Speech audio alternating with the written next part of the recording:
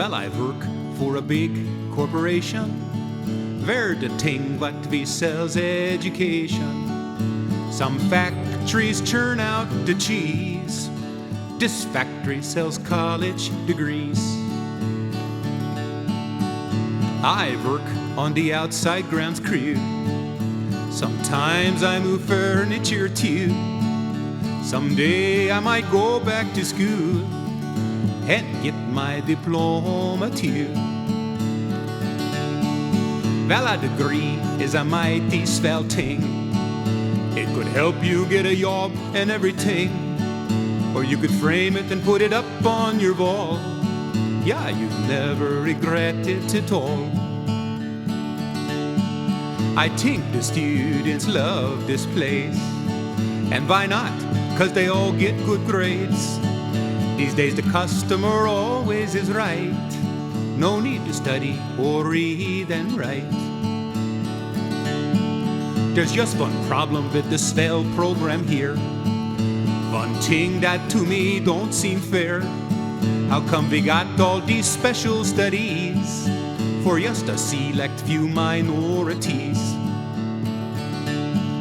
We got Hispanic and women's studies for you, African and Native American too. That's swell for them and I don't want to be rude, but we Swedish Americans are a minority too. Well, I'm a third generation Swedish American and I just can't find my roots. Well, I've been to the Scandifest and I've tasted lutefisk, but those grand Viking days are true. Well, my Swedish is terrible, my English unbearable, and my Swinglish is just a spoof. Seems no one wants to hire me 'cause I'm in the wrong minority. I got the Swedish American blues. So I put a suggestion in a suggestion box. I asked the president to call me up and talk. I said, if you want ethnic diversity, we need to offer Svenska studies. And I got ideas about curriculum. The courses should be easy and fun. We could sample the Swedish cuisine, pickled herring and lefse and meat. And we could watch Swedish movies too. That Ingrid Bergman makes me come unglued. And then before we get settled down, we make like Vikings and pillage the town. Well, I didn't hear from the president, so I sat down and wrote her again. And this time in my letter I stressed that we Swedes have been oppressed. I said we Swedes have had it tough. The Minnesota winters can be rough. And no matter how far our ancestors came, we still live near Norwegians and Danes. Another thing that really gets me inflamed, though you know I don't like to complain, it's a shame how our women folks got to put up with all them blonde yokes. And I'm a third generation Swedish American and I just can't find my roots. Though I've been to the Scandifest and I've eaten lutefisk and found it tastes like glue. I know sex, Sven and Ole jokes that I tell to Norwegian folks to keep them all amused. And nothing går tungefjätt and kringjord and så förlätt, even Santa Lucia's confused. Well, the president didn't write me back, so I figured I'd better take a new tack. And this time I appeal to the one thing she cares for. It's the thing that she just can't ignore. I said my sick, rich Uncle Sven will bequeath all his fortune to them. Well, she called me back the very same day and said, yeah, sure, you betcha by Jiminy, you'll get your Institute of Svenska Studies right away. Well, I work in a big corporation, where the ting what we sells education. Now that we got Svenska studies here, I think I go back to school next year.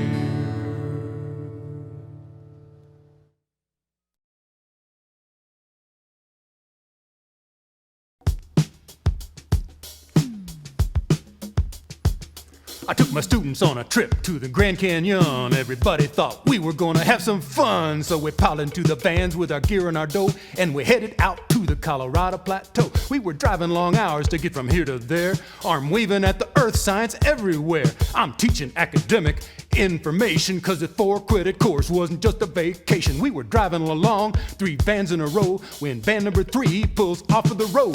This chick says to me, we need some signals to show if one of us in the rear should have to go. So I said I'll keep my eye on the rearview mirror, and you can flash me if one of you hears nature calling to you so loud and so clear. Then we'll all take a break and wait for you there. Well, we were camping on the San Francisco peaks when another chick says, where's the facilities? When she asked me where she could take a pee, I said, you got your choice out of all of them trees. And I helped them students set up their tent, and we cooked around the fire, 11 ladies and gents. But when I went to bed down in my sleeping bag, I didn't know that 7 city chicks were on the rag. Next day we drove across some pretty dusty roads out on the reservation Navajo.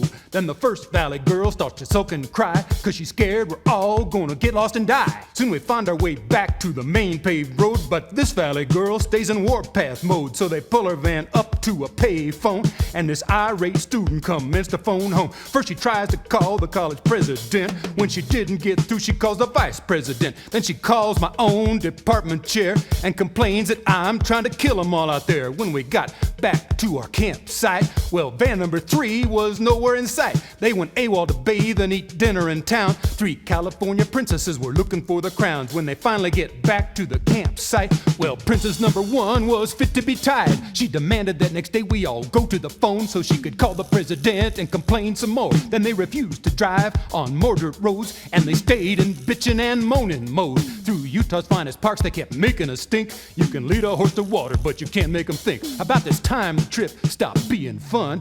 Van number 3 was mad at everyone, and it wasn't long after that I let him go home so the rest of us could get some field work done.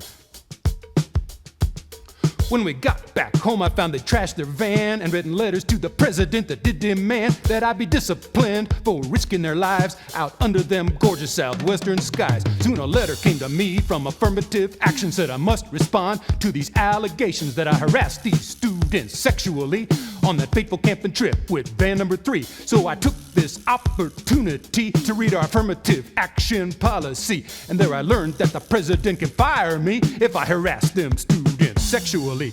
Well, princess number 1 claimed I said, flash me. Princess 2 said I said, pick a tree in a tree. So I wrote a long letter and explained to them that these allegations is mighty thin. Well, I gave those students the grades they earned, but they got those grades overturned. How they got them grades changes for another song. Seems no one on my campus knows right from wrong.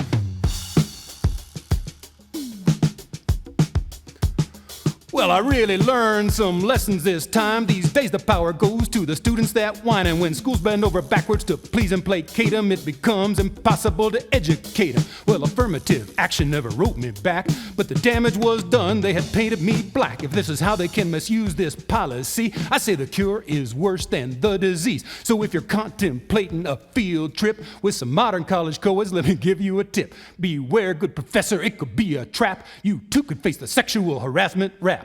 Well,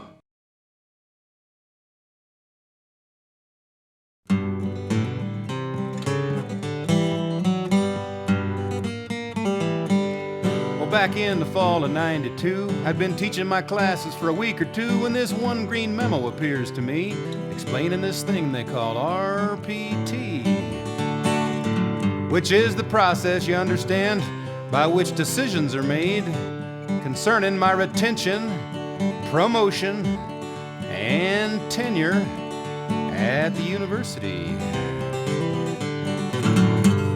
Well, man alive, right then I knew I'd best forget the other stuff that I had to do, like teaching. And it seems like it took me one hell of a while, but I finally crammed my entire academic career into one single file. That's the working personnel action file, to be precise, which in my case consisted of 2 big black binders with white title pages, color-coded dividers for the different sections. Looked mighty spiffy. And in this big old file, you see, I had to brag all about my abilities to teach lots of classes, write 2 pubs a year, and participate in all them university affairs.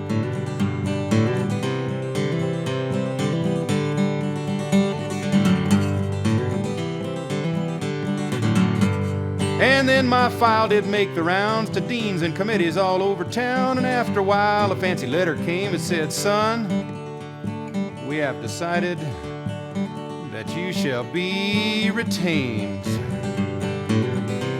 For another year anyway. Now don't get too comfy. And don't buy a house just yet."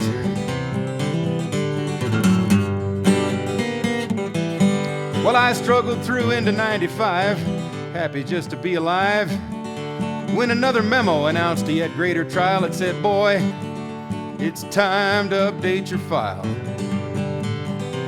For RPT, that is. Swimming pools, movie stars. Oh, heck, that's the wrong song. So I pulled out my laptop once again and I spruced up my file so as to win the praise and approval of all my peers. Heck, that shouldn't be tough after all these years of diligent scholarship, selfless committee work, inspired teaching, and participation in all them university affairs. So I turned in my file once again and let the RPT process work its will, thereby casting my fate into the hands of the powers that be. The first of which was the DRPTC, which is another one of them countless obscure academic acronyms, which stands for Departmental RPT Committee. Then I returned to my real job, don't you see, of stamping out geographic illiteracy, when a few weeks later 2 more letters came down and I had to put my teaching aside for another round of RPT. Paperwork. And counter paperwork.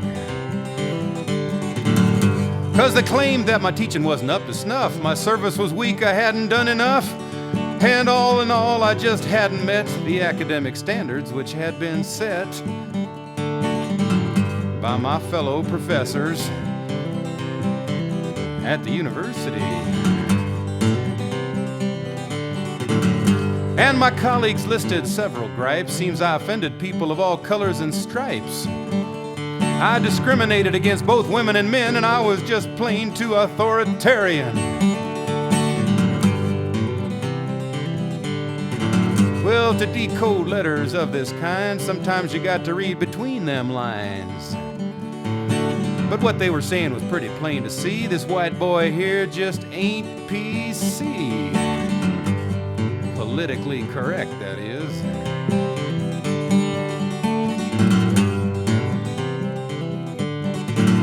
So though I was feeling frazzled and a bit shook up, I pulled out the old laptop so as to rebut these allegations by my peers that I was just not competent after all these years.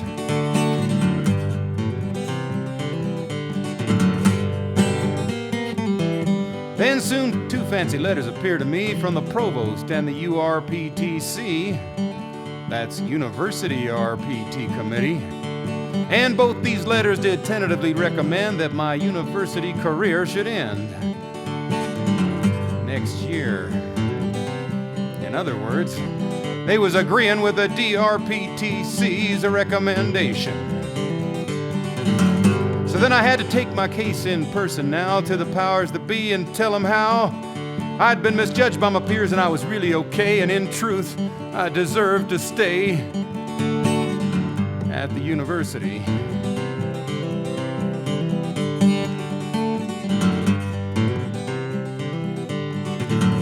Then another week later, 2 more letters came saying, "Boy, you shall be retained."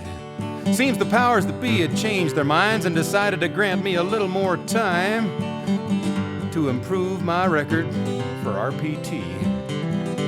Serve on more committees, improve my teaching evaluations. Well, that brings us round to spring of '96, and I put aside my teaching so as to fix up my personnel file once again in the hopes that I might finally win promotion and tenure at the university. And I was sure that my peers would be impressed. My recent teaching evals were the highest yet. And I was serving on lots of committees these days, so I'd more than addressed the concerns that were raised by my departmental colleagues in previous RPT reviews. So you can't imagine my surprise when them DRPTC letters arrived saying this boy is doing pretty well, but don't promote him yet because we still can't tell if he's competent enough to be one of us.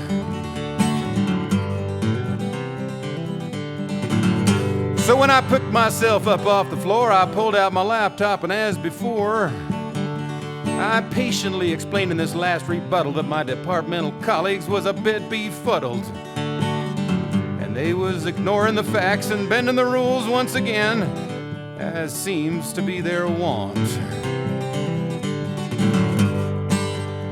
Then soon as per the RPT calendar dates, the letters appeared that would seal my fate.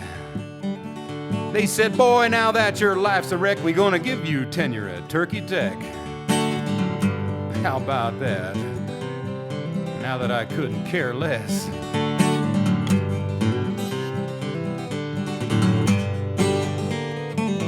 So I suppose that all in all the process works. My courses are easier now and I've stopped doing research. And at writing them memos I've gotten pretty good, and I'm on my way to becoming dead wood at the university, where you can do unto others like they done unto me. Now when Jesus walked this world so long ago, he was a teacher too, now don't you know? And when the scribes and the Pharisees gave him fits, he called them vipers and hypocrites. The scribes and the Pharisees were the scholars and teachers of the law, perhaps not unlike our modern-day university professors and administrators. Seems human nature hasn't changed much in the last 2,000 years. And I wonder if Christ came back today, would we treat him in a very different way? And if he tried to teach at university, would we crucify him with RPT? But I don't reckon he'd fall for that. He might even perform a few miracles around the university, like bringing some of this here dead wood back to life. So come all you young scholars, so smart and so fine, and seek not your fortune in the swamp of this minefield of backstabbing politics and such. You'd be better off just driving a truck, working for industry, delivering the mail, tending bar, growing vegetables, selling drugs, joining an ashram, anything. Anything. But stay away from that RPT.